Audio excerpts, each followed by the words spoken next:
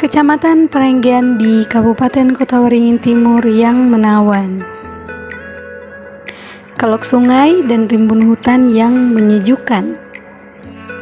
Hamparan tanaman perkebunan yang mensejahterakan. Salah satunya ada di Desa Beringin Tunggal Jaya. Desa yang menjadi salah satu ujung batas dari sisi utara Kecamatan Parenggian.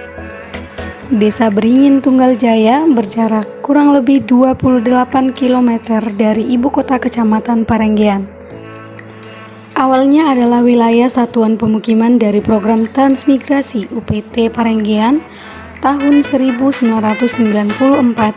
tahun 1995 dan sering dikenal dengan sebutan SP5H. Secara kepemimpinan, Desa Beringin Tunggal Jaya telah mengalami estafet pemerintahan desa sejumlah 6 kali masa jabatan kepala desa. Desa Beringin Tunggal Jaya memiliki luas wilayah kurang lebih 1.300 hektar, terdiri dari 3 RW dan 10 RT. Jumlah penduduk sebesar 847 jiwa dalam 242 kepala keluarga. Melalui visi desa membangun tata kelola pemerintahan desa dalam aspek kehidupan masyarakat yang baik dan bersih demi terwujudnya masyarakat yang adil, makmur, sehat, dan sejahtera serta menghormati dalam kehidupan bermasyarakat.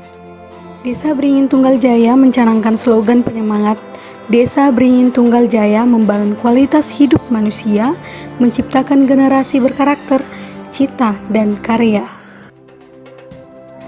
Di bawah kepemimpinan Kepala Desa periode 2019-2025, Bapak Supriyanto mendorong penuh peran aktif anggota masyarakat dalam membangun desa melalui keterlibatannya dalam jajaran pemerintahan desa, lembaga desa, dan kelompok kegiatan di desa lainnya.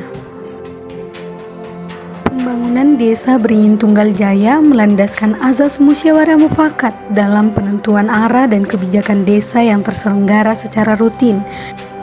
Kelompok PKK yang membangun kualitas dan peningkatan kapasitas para kaum perempuan desa.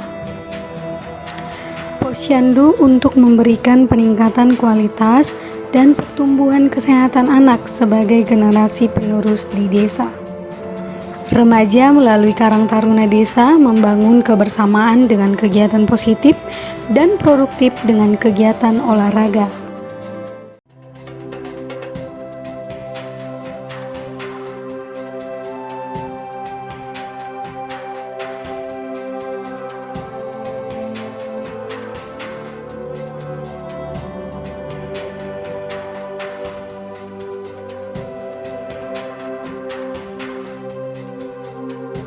Budidaya pertanian pangan dan hortikultur oleh para petani untuk memastikan kemampuan produksi dan ketahanan pangan di desa. Pengembangan inovasi produk pertanian melalui pembangunan teknik budidaya hidroponik dan produk perikanan dengan teknik bioflok.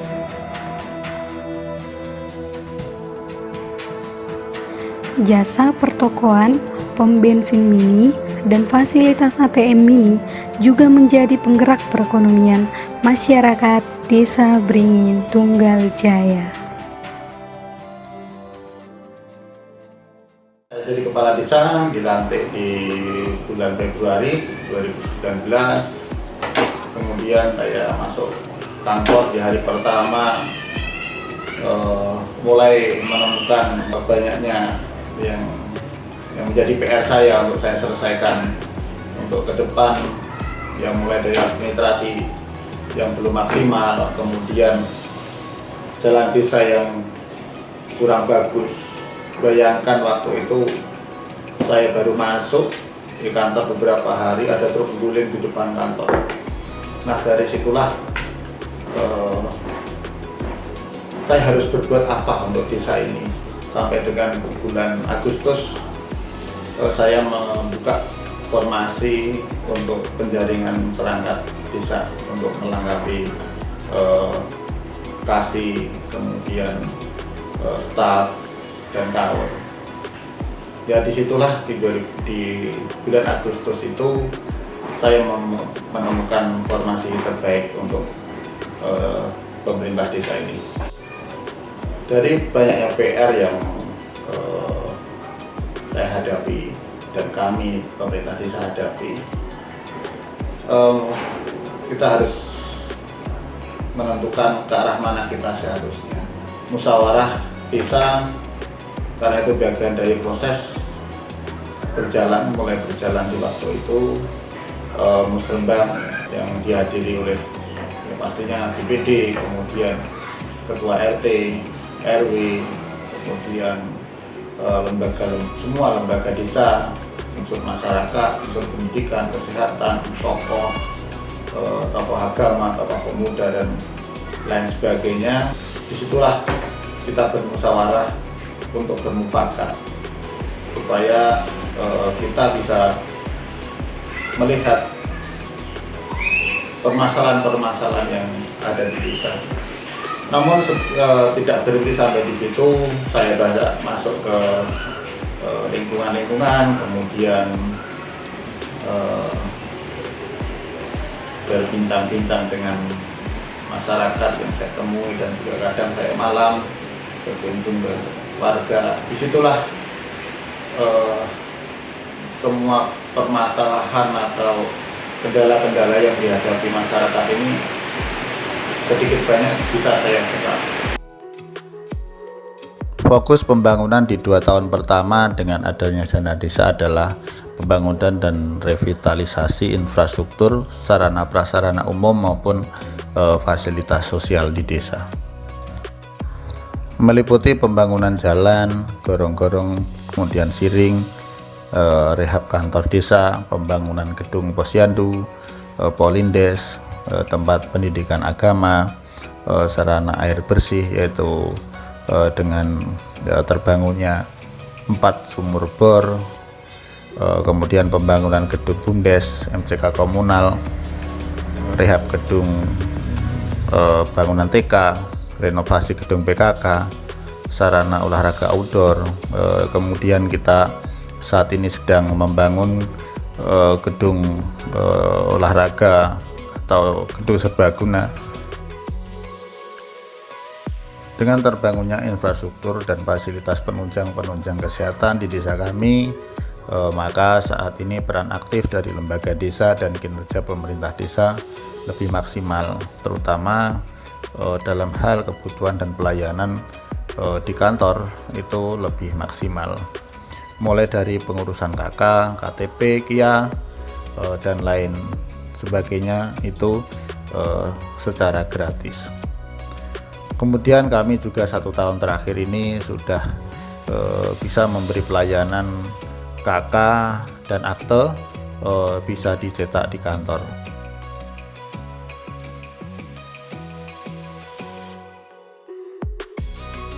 Selain pelayanan kebutuhan administrasi, kami juga fokus pelayanan kesehatan di masyarakat, seperti penyediaan obat-obat, kemudian bagi balita kita ada posyandu, mulai dari imunisasi, pemberian makanan tambahan, susu, monitoring pertumbuhan balita itu sendiri. Selain itu kita juga melakukan pencegahan penanggulangan stunting dan wasting, dan itu dilakukan oleh kader pembangunan manusia. Dan untuk saat ini kita sedang ada pelatihan untuk kader posyandu remaja. Untuk ibu hamil kita juga ada kelas pembinaan dan konsultasi kesehatan.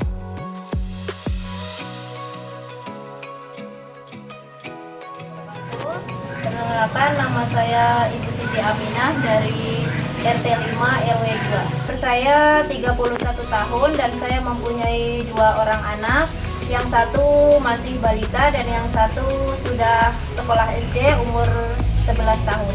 Saya sangat merasa terbantu dengan adanya kegiatan di posyandu di desa kami, karena dengan seperti itu saya bisa memantau tumbuh kembang anak saya yang masih balita. Pengecekan tumbuh kembang antara lain pengukuran tinggi badan dan menimbang berat badan, Selain itu ada pemberian makanan tambahan, ada juga pemberian vitamin, dan juga ada penyuluhan tentang kesehatan, ada juga tentang gizi anak. Selain diadakannya posyandu, di desa kami juga diadakan juga posbindu. Posbindu yang kami rasakan di saat kami datang ke posbindu, kami bisa mendapatkan pelayanan kesehatan secara gratis, yaitu dengan pengecekan kolesterol, gula darah, tekanan darah, dan berat badan. Jika hasil pemeriksaannya kurang baik, maka kami akan diberi surat rujukan atau penanganan yang lebih lanjut. Selain konsultasi kesehatan, kami juga mendapatkan makanan tambahan, vitamin, dan susu. Saya harap pelayanan kesehatan yang ada di desa bisa dipertahankan, dan masyarakat yang belum mengikuti program posyandu dan posbindu, saya harap bisa mengikuti karena manfaatnya sangat banyak. Sejak 2020 awal kami menyediakan sarana ambulan gratis yang menangani untuk kondisi kedaruratan yang menimpa masyarakat. Dan alhamdulillah itu sangat membantu masyarakat kami. Kelompok PKK juga turut aktif dalam kegiatan pemberdayaan perempuan. Kegiatan-kegiatan dari PKK tersebut banyak sekali, mulai dari budidaya kebun toga, kemudian forum pengajian, kemudian peduli tetangga, misal semua orang sakit, keluarga yang kena musibah. Kaum perempuan ini juga lumayan padat, dari aktivitas senam, kemudian poli. Kemudian yang tak kalah menarik adalah pengembangan minat bakat pengelola kuliner dan usaha pemasarannya. Ya, banyak sekali inovasi yang dikembangkan oleh kaum perempuan ini. Satu misal ada grup WA di mana di situ bisa dipasarkan hasil-hasil kuliner yang mereka giatkan di skala perumahan. Nah, pembelinya saat ini ya bisa ada juga yang dari lokal desa, kemudian ada juga yang dipasarkan sampai dengan antar desa. Kegiatan sosial kemasyarakatan juga banyak dilakukan, baik secara formal maupun kultural, seperti pertemuan rutin RT, kemudian yasinan di tiap RT, kemudian gotong royong lingkungan, kemudian pengajian peringatan hari besar agama Islam. Nah, dari kegiatan tersebut dapat menjaga nilai kebersamaan, kemudian saling menjaga lingkungan, nilai toleransi, memupuk jiwa spiritual, dan tentunya menjadi suatu wadah atau ajang untuk saling belajar dan berbagi pengalaman. Dan juga generasi di desa sebisa mungkin juga harus ditekankan pada akses pendidikan, antara lain pendidikan anak usia dini, TK, kemudian pendidikan ilmu dan pengetahuan agama, PPG yang tadi bangunannya sudah saya sebutkan di depan, kemudian persediaannya sekolah dasar dan madrasah. Di desa, potensi ekonomi yang berjalan saat ini didominasi adalah perkebunan sawit. Hasil buah panen sangat menguntungkan untuk saat ini dengan harga yang di angka 3.000. Akan tetapi perlu diingat di 2015-16 kalau nggak salah pernah mengalami penurunan harga yang sangat signifikan, sehingga petani sangat rugi di waktu itu. Dari dua hal tersebut, komoditas perekonomian sawit tidak cukup. Perlu ada penambahan dan penguatan komoditas lain yang dapat meningkatkan perekonomian masyarakat. Nah, komoditas tersebut harus berjalan dengan adanya inovasi yang baik di segi pengelolaan maupun teknologinya. Langkah-langkah kami yang kami tempuh adalah dengan melakukan usaha ekonomi berbasis pemberdayaan kelompok dan juga pengembangan produksi inovasi desa. Kami mulai merintis pada tahun 2020, antara lain budidaya tanaman dengan sistem hidroponik. Kalau kira-kira berjumlah 1.700 lubang tanam, dan waktu itu hasilnya sangat lumayan. Dari 1.700 itu bisa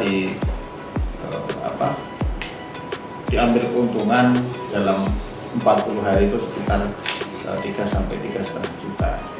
Nah, hasilnya waktu itu kita bisa sampai ke pasar swalayan besar di samping.